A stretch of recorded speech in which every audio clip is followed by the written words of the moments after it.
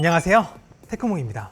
2024년도 9월 19일 오늘은 저한테 굉장히 의미 있는 날이에요. 제가 애플의 초청을 받아서 애플 신제품을 출시 전에 미리 체험해 볼 수 있는 기회를 좀 얻었고요. 지금 이렇게 제품을 대여해 왔기 때문이에요. 아마 제 채널 구독자분들은 아시겠지만 사실 제가 요즘 갤럭시 외에 애플 기기 영상도 좀 올리려고 노력을 좀 많이 하고 있었는데 마침 이번에 궁금한 게 있으면 물어볼 창구도 생겼겠다. 그리고 제가 제품도 좀 대여받은 만큼 제가 드리는 피드백들이 애플이 좀 더 좋은 제품을 만드는데 도움이 됐으면 좋겠다는 생각도 좀 하면서 이번 영상에서는 아이폰 16이랑 16 프로 시리즈에 대해서 제가 느낀 첫인상에 대해서 좀 말씀을 드리려고 해요. 그리고 마침 최근에 아이폰의 새 OS인 iOS 18도 출시된 만큼 iOS 18에서 눈에 띄는 기능 몇 가지도 같이 다뤄보도록 할게요. 먼저 아이폰 16 기본형 색상부터 말씀드리면요, 제 생각보다 훨씬 더 색이 강렬했어요. 예전 아이폰 15 시리즈는요 좀 전체적으로 파스텔 톤의 좀 은은한 느낌이었는데 이번 아이폰 16 시리즈는요 뭐 블루든 핑크든 민트든 할 것 없이 채도가 굉장히 높고요, 강렬하게 이렇게 뽑혔습니다. 전 여기서 가장 마음에 드는 색상은 이 울트라마린이라 불리는 블루 색상이었고요, 그리고 그 다음으로는 이 민트 색상에 가까운 틸 색상이었는데 이번 아이폰 16에서는 굉장히 오랜만에, 제가 알기로는 아이폰 12 이후로 기본 모델에서는 화이트 색상이 출시 안 된 걸로 알거든요. 근데 이번에 16 시리즈에서는 이렇게 화이트가 있다는 건 굉장히 반가웠어요.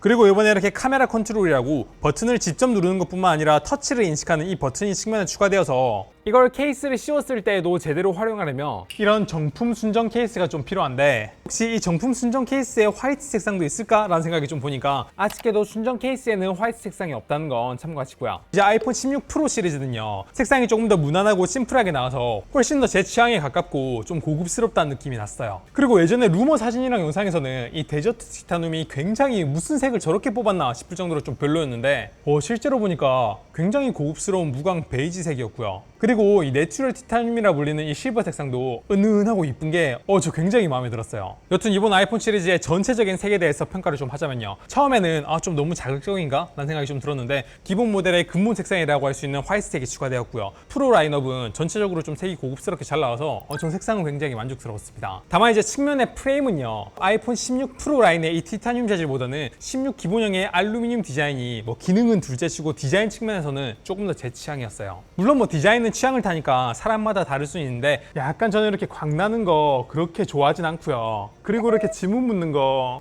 저는 별로 안 좋아해요. 그리고 이 티타늄이란 재질 자체는 예전에 아이폰 시리즈에 적용되었던 스테인리스 스틸 재질보다는 무게도 더 가볍고 강도도 더 세지만 방금 말씀드린 이 지문이 좀 묻는 것도 그렇고 긁힘이랑 변색에는 조금 더 취약한 느낌이 들어서 티타늄은 기능 측면에서는 좋지만 디자인 측면에서는 그렇게 선호하진 않거든요. 물론 저 같은 경우에는 예전부터 케이스 씌우고 사용하다 보니까 지문이 묻고 이런 게 중요한가? 그냥 기능이 더 중요하지. 어쨌든 생폰으로 많이 쓰는 분들도 계시다 보니까 생폰 기준으로는 이런 차이가 있다는 걸 참고하시고요. 그리고 저희 제품 뒷면 디자인 살펴보다가 와, 이게 진짜 애플 감성이구나 하면서 깜짝 놀란 부분이 있거든요. 바로 여기 있는 플래시예요. 근데 사실 이거는 이번 아이폰 16의 기능이라기보다는 iOS 18 기능이라 이거는 이전에 있었던 아이폰에도 적용되는 거긴 한데 이거는 제가 갤럭시랑 아이폰이랑 좀 비교해가지고 보여드릴게요. 보통 저는요 옆에 있는 전원 버튼을 2번 따닥 눌렀을 때 이런 식으로 플래시를 설정해 놓는데 갤럭시는 확 불이 켜지고 확 불이 꺼집니다. 말 그대로 온, 오프입니다. 근데 이번에 iOS 18이 업데이트된 아이폰들은 어떤지 아세요? 전 이것도 아이폰의 옆에 있는 동작 버튼, 영어로 하면 액션 버튼인데 이거를 길게 눌렀을 때 플래시가 작동되도록 이렇게 설정을 했거든요.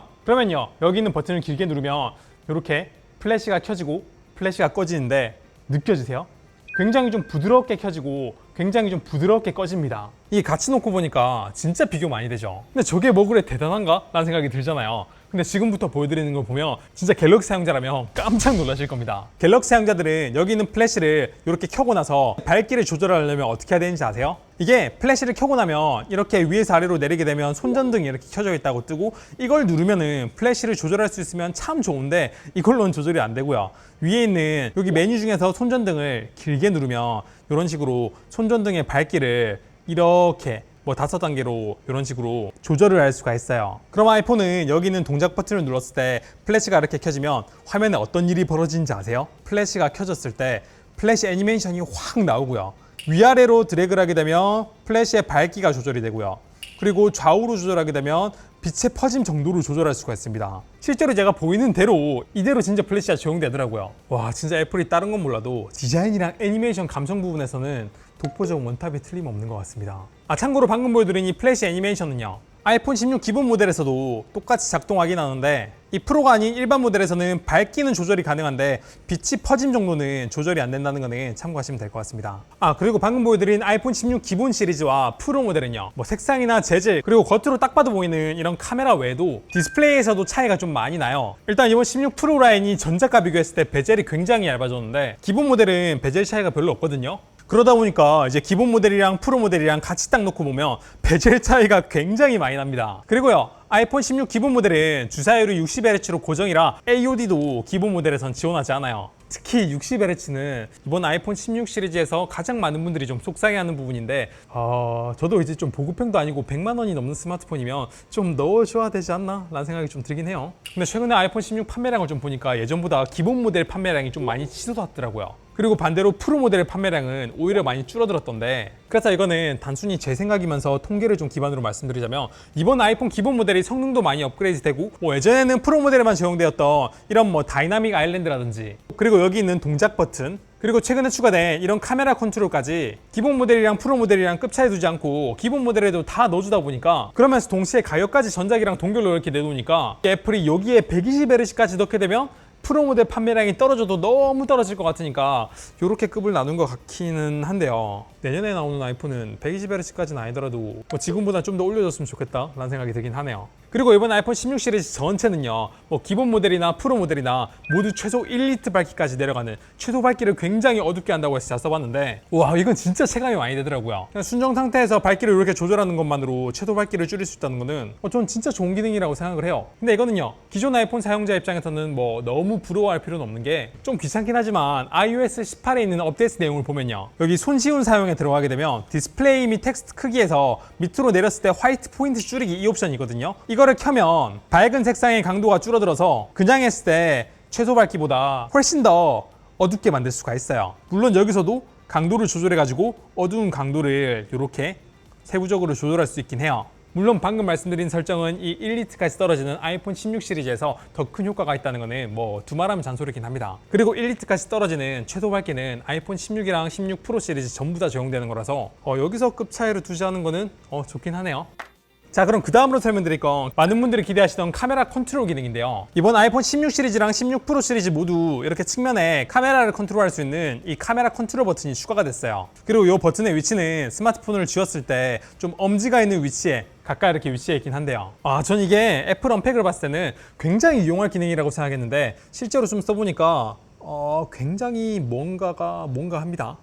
오묘해요. 편하게 스마트폰을 쥐면 저 같은 경우에 엄지손가락이 여기 있는 전원 버튼과 카메라 컨트롤 정확하게 이 사이에 이렇게 위치를 한단 말이에요. 이거는 기본 모델도 마찬가지고 프로 모델도 마찬가지예요. 그래서 이 카메라 컨트롤 버튼을 누르려면 엄지를 살짝 내려가지고 이렇게 해야 되기 때문에 그렇게 막 엄청 자연스럽게 편한 위치는 아니긴 해요. 그리고 가로 모드일 때도 마찬가지예요. 우리가 보통 촬영을 하거나 할 때는 스마트폰을 뭐 이렇게 쥐잖아요. 근데 이 자연스럽게 제 손가락에 있는 이 위치보다 카메라 컨트롤 버튼은 훨씬 더 옆에 이렇게 위치가 되어 있다 보니까 조금 이렇게 손이 이동을 좀 해야 되긴 합니다. 그래서 위치가 굉장히 오묘하다는 느낌이 좀 들었습니다. 가로와 세로 그립에 뭔가 어딘가 중간점을 찾은 위치가 여기가 아닌가라는 생각이 좀 들어요. 그럼 이제 뭐 버튼 위치는 버튼 위치고 이걸 실제로 어떻게 활용할 수 있냐? 일단 이 카메라 컨트롤의 기능은 크게 세 가지입니다. 첫 번째는 앱을 실행하는 거, 두 번째는 사진을 찍는 거, 세 번째는 이런 식으로 카메라 세팅을 바꾸는 거예요. 그래서 이걸 좀 순서대로 말씀드리면요, 이 카메라 컨트롤 버튼은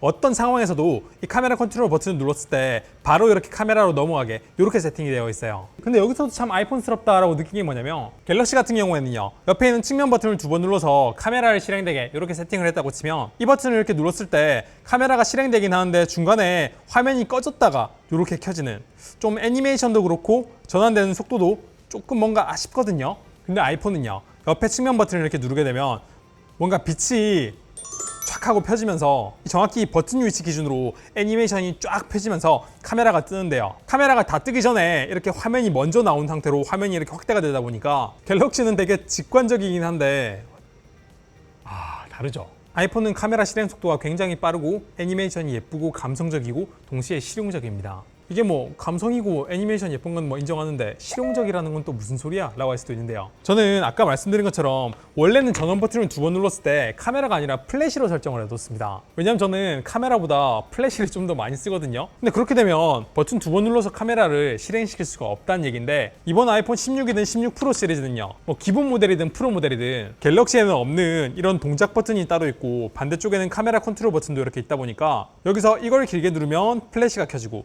여기서 이걸 한번 누르면 카메라가 켜지고 이런 식으로 이걸 굉장히 좀 실용적으로 커스터마이징해 쓸 수가 있습니다. 그래서 저같이 뭔가 커스터마이징 하는 걸 좋아하고 뭐 버튼 여러 개 눌러가지고 바로바로 실행된 걸 좋아하는 실용주의자들한테 이번 아이폰은 굉장히 매력적이긴 해요. 다만 이제 극도의 깔끔함을 원하시는 분들은 막 이런저런 지저분한 버튼 뭐 이런 거 싫어하실 수도 있는데, 전 이번 카메라 컨트롤 버튼 위치는 살짝 좀 아쉽네 라는 생각이 들면서도 이런 버튼을 눌렀을 때 반응 속도라든지 이런 버튼 커스터마이징까지 생각했을 때 전 이번 카메라 컨트롤 기능 단순히 카메라를 실행시킬 수 있다는 것만으로도 전 되게 괜찮은 것 같아요.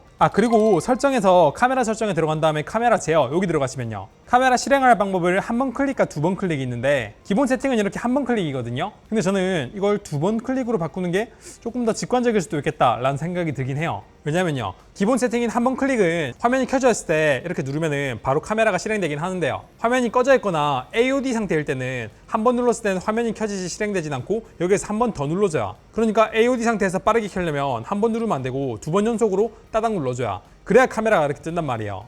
근데 화면 꺼졌을 때 2번 눌렀을 때 카메라 뜨는 속도가 굉장히 빠르네요. 어쨌든 어떨 때는 이렇게 한 번 누르면 바로 실행되고 어떨 때는 이렇게 2번 눌러야 실행되는 게 그렇게 직관적이라고 생각이 들진 않아요. 근데 여기서 설정을 이렇게 2번 클릭으로 바꾸잖아요. 그러면 화면이 켜져 있을 때도 2번 클릭하면 되고요, 화면이 이렇게 꺼져 있을 때도 2번 클릭하면 이런 식으로 카메라가 실행이 돼서 어떠한 식으로도 2번 눌렀을 때 카메라가 실행된다, 이렇게 직관적으로 좀 알 수 있다 보니까 저는 이 카메라 실행되는 거를 2번 클릭으로 바꾸는 것도 꽤 괜찮은 것 같아요. 그리고 이번 애플 이벤트를 보니까 옆에 있는 카메라 컨트롤 버튼을 눌렀을 때 뭐 주변 가게를 찍어가지고 바로 가게 정보를 확인하는 그런 기능을 이렇게 시연을 했는데, 지금 저는 옆에 있는 카메라 컨트롤 버튼 눌렀을 때 실행되는 거는 여기 카메라와 코드 스캐너, 확대기 뭐 이런 거밖에 없거든요. 그래서 이런 기능을 좀 사용하려면 나중에 애플의 AI, 그러니까 애플 인텔리전스를 쓸 수 있게 되면 이 카메라 컨트롤의 기능은 지금보다 나중에 좀 더 발전할 포텐셜이 좀 많이 있는 것 같다 라는 생각이 좀 들어요. 그럼 이제 이런 식으로 단순히 카메라 앱을 띄우는 거 말고 옆에 있는 버튼을 좀 어떻게 활용할 수 있냐, 가장 일반적인 기능으로는 옆에 있는 버튼을 눌러가지고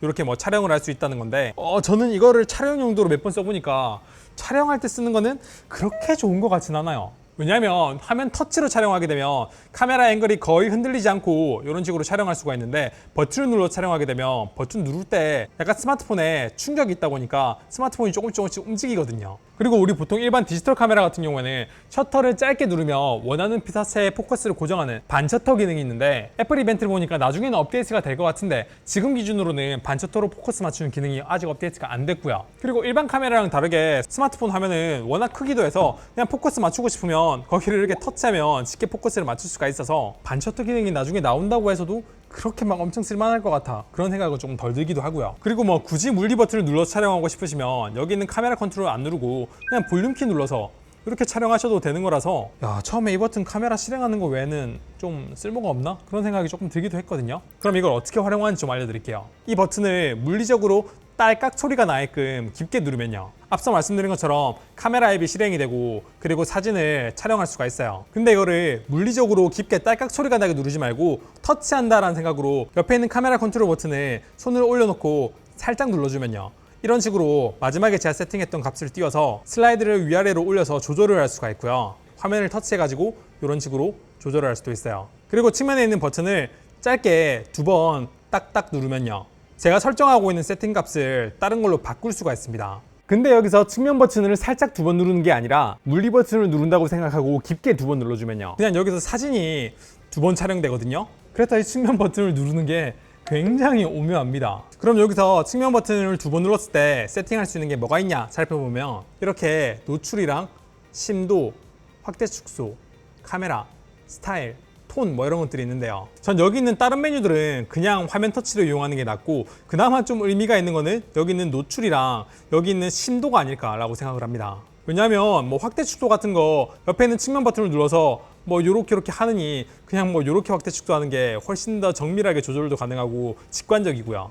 그리고 여기 있는 카메라 값도 어차피 확대 축소하게 되면 카메라 알아서 바뀌는 거니까 굳이 옆에 있는 측면 버튼 이용해서 해야 되나 싶고, 여기 있는 스타일이나 톤 같은 경우에도요, 이걸 눌러서 하느니 여기 있는 버튼 눌러가지고 그냥 이런 식으로 직접 터치를 해가지고 톤이나 스타일을 조정하는 게 훨씬 더 정밀하고 제가 원하는 대로 조절할 수가 있거든요. 그나마 이걸 사용했을 때 조금 더 의미 있는 노출이랑 심도는 제가 조금 더 설명드릴게요. 먼저 이 노출부터 말씀을 드리면요, 아이폰에서는 노출, 그러니까 밝기를 조절하는 건 두 가지 방법이 있습니다. 먼저 피사체를 이렇게 터치를 하고요, 여기에서 해 모양이 떴을 때 화면을 위로 드래그를 하게 되면 이런 식으로 밝기가 밝아지고, 아래로 드래그를 하게 되면 밝기가 이렇게 어두워지고, 이런 식으로 노출을 조절하는 방법이 있고요. 그리고 두 번째로는 여기 있는 메뉴 버튼을 띄운 다음에 여기 플러스 마이너스라고 되어 있는 이걸 누르면 이런 식으로 노출을 슬라이더를 조절해 가지고 조절을 할 수가 있어요. 근데 측면에 있는 카메라 컨트롤 버튼을 이용하면 한번 이걸 터치를 하게 되면 바로 이걸 이용해 가지고 이런 식으로 노출을 조절할 수 있다. 그리고 이거 조절할 때는 화면에 다른 잡다한 것들은 안 보인다, 뭐 이런 것들이 이 카메라 컨트롤을 뭐 그나마 활용하는 뭐 그런 방법이라고 생각을 하고요. 터치를 원래 두 번 해야 되는 거를 한 번으로 줄인 거죠. 그리고 방금 보여드린 이 측면 터치를 한 번 했을 때 노출이 바로 뜨는 거는 제가 맨 마지막으로 설정했던 게 이걸 두 번 눌렀을 때 노출로 설정했기 때문에 그냥 한 번 눌렀을 때 노출이 뜨는 거고요. 마지막으로 설정했던 게 노출이 아니라 뭐 이런 식으로 신도라며 옆에 있는 걸 한 번 눌렀을 때 바로 이렇게 신도가 뜬다는 거. 그러니까 노출로 설정을 하고 싶으면 측면을 두 번 눌러서 노출로 한 번은 설정을 해줘야 그 다음부터 제가 노출을 조절하고 싶으면 이거를 한 번만 눌러가지고 이렇게 조절할 수 있다는 거, 뭐 이런 점은 참고하시고요. 아이폰은 기본적으로 사진을 찍을 때 배경이 좀 흐릿하게 되는 아웃포커스 기능은요, 이 아이폰 렌즈 자체에 있는 조리개 값을 이용해가지고 배경이 좀 흐려지는 게 결정되는데, 거기서 내가 조금 더 아웃포커싱을 날리고 싶다 그러면 여기 있는 인물 사진 모드를 눌렀을 때 오른쪽 위에 있는 이 F 값을 눌러서 이 값을 이렇게 낮추면은 아웃포커싱이 더 많이 되고, 이 값을 이렇게 올리게 되면 아웃포커싱이 줄어들고, 이런 식으로 좀 조절해 쓸 수가 있거든요. 근데 이 기본 사진 모드에서는 조리개 값을 조정해가지고 배경을 분리시키는 기능이 안 되는데, 옆에 있는 카메라 컨트롤 버튼을 눌렀을 때는 이 기본 사진 모드인데도 불구하고 이렇게 눌러서 조리개 값을 이렇게 조절해가지고 배경하고 피사체를 분리시키는 이런 아웃포커싱 효과를 낼 수 있다는 얘기예요. 그럼 여기서 테크몽님, 이 사진 모드에서 조리개 값을 이렇게 조절하는 거랑 이 인물 사진 모드에서 조리개 값을 이렇게 조절해서 하는 거랑 뭐가 달라요? 라고 할 수도 있어요. 근데 그거는 찍어보시면 다릅니다. 예를 들면 인물 사진으로 찍으면 이런 식으로 찍었을 때 갤러리에서 왼쪽 위에 인물 사진이라 뜨고요. 그냥 제가 일반 사진 모드에서 이렇게 조리개 값 설정해서 찍으면 이런 식으로 왼쪽 위에 인물 사진이란 말 대신에 라이브라는 말이 있어요. 이게 왜 이런 일이 발생하냐면, 인물 사진 모드에서는 사진과 영상을 같이 저장하는 라이브 캡처 기능이 없습니다. 근데 사진 모드에서는 이렇게 사진과 영상을 같이 저장하는 라이브 기능이 이렇게 활성화되거든요. 그래서 측면에 있는 이 버튼을 이용해 가지고 사진을 찍으면 아웃포커싱 효과를 사용하면서 라이브 캡처 기능을 쓸 수 있다, 뭐 그런 차이 정도는 있다고 말씀드릴 수 있겠네요. 근데 이건 상세히 따졌을 때 이 카메라 컨트롤의 기능에 대해서 제가 설명드리긴 했는데, 애플 인텔리전트 기능이 좀 안 되다 보니까 이 카메라 컨트롤 버튼이 카메라를 켜는 거 외에 진짜 내가 이 버튼을 자주 쓸 것 같아? 아직까지 저도 그렇게 확 와닿진 않네요. 이거는 애플이 지금 어떤 식으로 쓸 수 있다라는 걸 그냥 보여준 정도라고 생각하고, 여기에 뭐 애플 인텔리전트를 포함해서 좀 더 많은 기능을 쓸 수 있게 그렇게 업데이트 돼야 좀 확 와닿을 것 같다라는 생각이 듭니다. 그래서 이렇게 이번 영상에서는 아이폰 16이랑 아이폰 16 프로의 겉으로 그냥 딱 봤을 때 눈에 띄는 점 위주로 몇 가지 말씀을 드리긴 했어요. 사실 이번 영상에서 말씀드린 거 외에도요, 제가 진짜 많은 것들을 담고 싶은데 저 이 제품 받은 지 지금 몇 시간도 안 됐거든요. 나머지 부분은 제가 좀 더 분석해보고 다시 영상으로 찾아오도록 할게요. 아무래도 최근엔 애플 제품이 좀 많이 나왔다 보니까 한동안은 애플 영상이 좀 많이 올라갈 것 같다라는 거 참고해주시고, 영상 괜찮았으면 구독, 좋아요 부탁드립니다. 이번 영상 여기까지 할게요. 감사합니다. 테크몽이었습니다.